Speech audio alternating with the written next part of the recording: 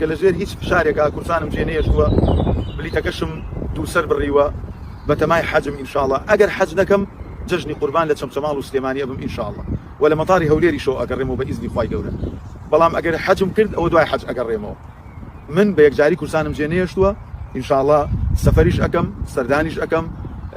پێ لە کەسوکار و وڵاتی خۆم نابڕم چکم هیچ شتێک لە ئارایە نیە من کوردستان جێبێڵم بۆ هەتا و مامۆستا جێهێشت و دوای من سۆسیال میدیای خۆم هەیە پەیجی تایبەتی خۆم هەیە کۆمەڵێ دۆست و ناسیار ئەکاونت و پەیجان هەیە ئەگەر شتێک وایە خۆم بڵاوم ئەکردەوە ئەمەتەوە من کورسان جێهێڵم ڕاستە لێرە و ڕێ لەگەڵ چەند برایەکی خۆشەویستە دوعا خازیم کردەوە سیارەم فرۆشتەوە قەرزار بوومە پارەی خەڵکم گەڕانوەتەوە ئێستش هەنێکی هەرماوە ئەو دۆستانە لە سەرمانەوەستن ئینشاءالله تعالی ئەمە هیچ شتێکی لە ئارایە نیە خوا نەخواستە من ئەو وڵاتم جێهێشت بێ یاخود بۆ هەتای ئیتر نەگەڕێتەوە ڕۆیشت و کۆتای پێهاتوو ئەوە لە ئارایە نیە ئینشاءالله خاڵێکی تر خۆشەویستان